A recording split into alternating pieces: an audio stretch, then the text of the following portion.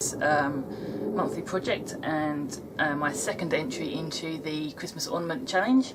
So here I'm not just fumbling a hairspray bottle, I'm rolling some veneer. So these sheets of veneer have been soaking in cold water overnight, and I've wrapped this can in some plastic, and I'm doing one layer of veneer and then a layer of paper. And here I'm using some traditional, or the original Gorilla Glue, just on the wet wood, so that I know it's going to expand into it and actually create a real firm bond, because I don't want this to unravel in any way or to be weak at any point. Now, you probably got from the title that I'm making a Cryptex. Now, if I was a wood turner, this would be quite easy, but obviously I'm not. So what I need to do is make a central set of 3 cylinders. That's what I'm doing here. So the first one is 1 layer of veneer, 1 of paper. Second layer is 3 layers of paper, and third layer is 2 layers of paper and 1 of veneer. All those separated with a layer of EPA foam, just so that there's some space between them. Now once you've got those done, then you can work out how much or how big your individual branches or levels or rings or whatever they are going to be. So this is kind of shortcutting a wood turning process by just rolling veneer and then gluing it together. So if you can think of a different way of doing it that works just as well, then by all means. But I find this is the most useful one and the most accurate one when I come to making it. So for each of the tree branches, I'm cutting on angles. Each level of branches has got more angles to them. So my bottom level has got 5 sides, and then 6, 7, 8 going up. So they become gradually more round, and the angles here are becoming gradually tighter as they go up. So I'm starting at about 20 degrees and then going all the way up to 45, which is the maximum my machine will go to, which is all in pallet wood, and my poor machine didn't like me very much for doing it.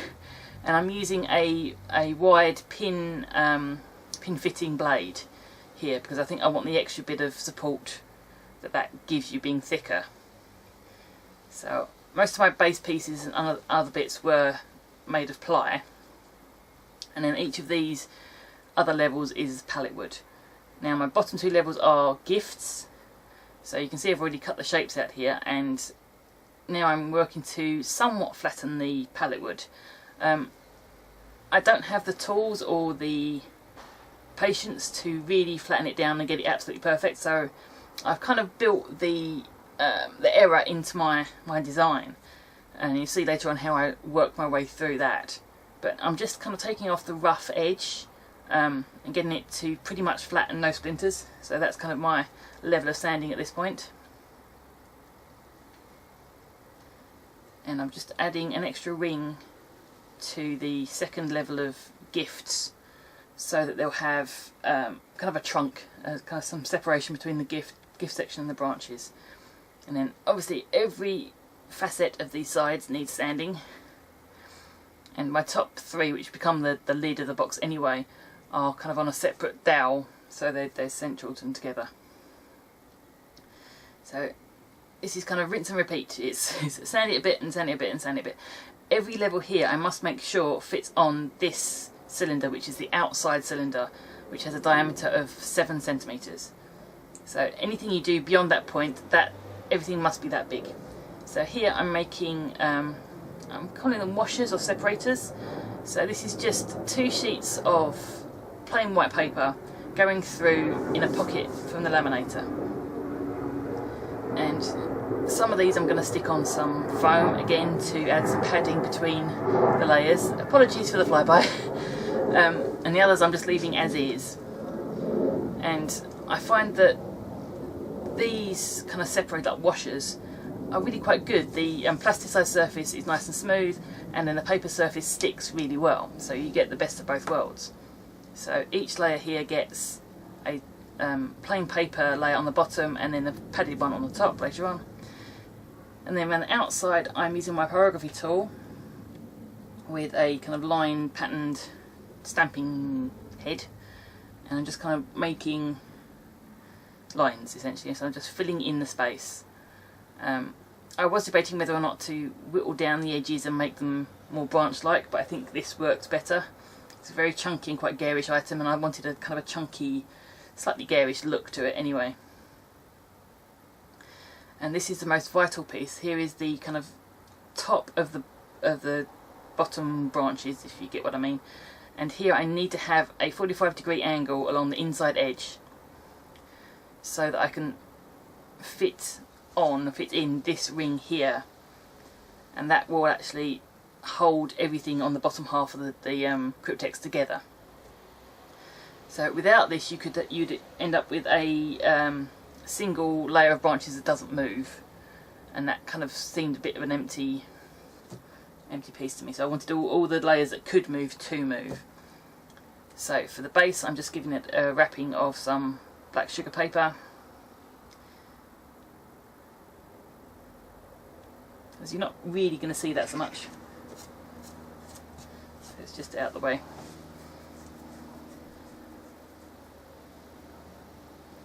And then each of the gifts in the two gift layers gets a wrapping of black sugar paper and then coloured paper. Now the coloured paper is just the printed craft type stuff, and I don't know if you're going to be able to see here, but one out of each of these gift shapes is a hexagon. So that is your key level for the bottom two rings essentially. So the rest are either circles or rectangles or of that shape. And later off camera I wrap each one with ribbon so it looks like they've got proper gift wrap on.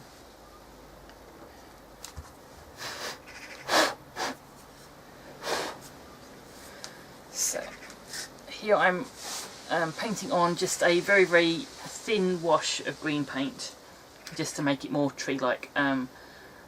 I wasn't really going to go to town on that. I want the pyrography to show through, and also when I sand it again to get rid of the raised grain from the water here, I leave some spots quite light as well and really bring them back quite a bit. So now varnishing everything, again I'm not trying for a great perfect finish. I want the texture in there, I want the feel of it. So that's what I'm going for really. I'm giving it ends up with having a layer of wax which you don't see, and two layers of varnish. And these tubes, the wood gets a layer of wax and then a layer of varnish. The paper just gets a layer of varnish. So the only risk there is to keep the paper round, don't let it deform on its own. So here I'm just putting an extra bit of that laminated paper on the inside edge of that top lock ring. You'll see why later.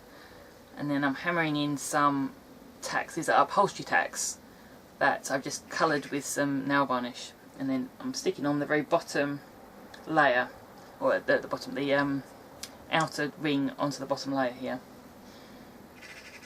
And then each of these layers of branches will get a couple of tacks. I've got a string of gold tacks, which is one gold tack in each level, which becomes the unlocking part, the combination, and then some more coloured ones as well. So here I'm layering up, adding a padded, a double padded ring between the bottom layers, and then single padded at the top, and then weighing it down with whatever I've got in order to keep everything set and flat. Now off camera at a later stage I actually trim off, well, I've already done that I think. Oh no, I've already trimmed off a little corner of that ring so it doesn't get in the way of the locking mechanism. So each of these has got a notch that runs all the way through each level. Like a normal Cryptex that has that one line, that kind of alley, is that what you call it. So as it was, I had 30 tacks to start with, and they looked rather sparse and rather empty, really, you know, not really Christmassy. so much. So I end up adding a whole load of bling instead, which is kind of gone over the top, but that's kind of what I do.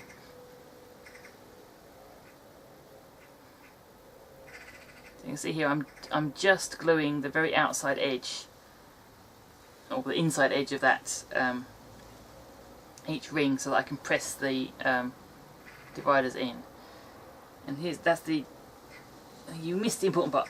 Right, I put the last ring on and then measured a lot around and cut off the excess, and then trim out and push outwards the very top edge of that inner ring, or inner cylinder, so that I can then glue it onto the plywood ring that I made earlier. And all the other rings need to be trimmed to the appropriate size. So yeah, you kind of miss out on the bits and pieces. My camera was playing up as it normally does. So this is what I've ended up with, and it works really, really well. You didn't see me make my star, but I was debating between a star and an angel, and a star kind of came as the one to go for. So I think you probably did catch it on there. Around the base here I've got a riddle, one of 3 gifts, one less than 80, one of 5 rings. So 5 rings being Days of Christmas, one of 3 gifts being Wise Men's gifts, and one less than 80, the atomic number of gold is 79. It's a geek question. So if you can get any of those, that tells you where you need to start your combination from. So I've got 3 tacks on the bottom here, so the other 2 are coloured, and this is just the gold colour, the brass. So turn bottom layer for the hexagonal gift, which it's purple wrapped, but it's got a golden ribbon around it, and then turn the other one for the next hexagonal gift, which has got a gold trimmed ribbon around it, and then the next 6 branches I've got, each one's got a stud in gold. So just turn that to find and just roughly line them up.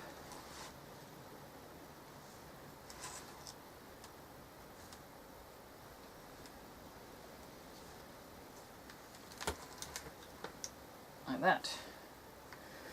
Take a little bit of wiggling. Somewhere here I think I've got a catch. There we go.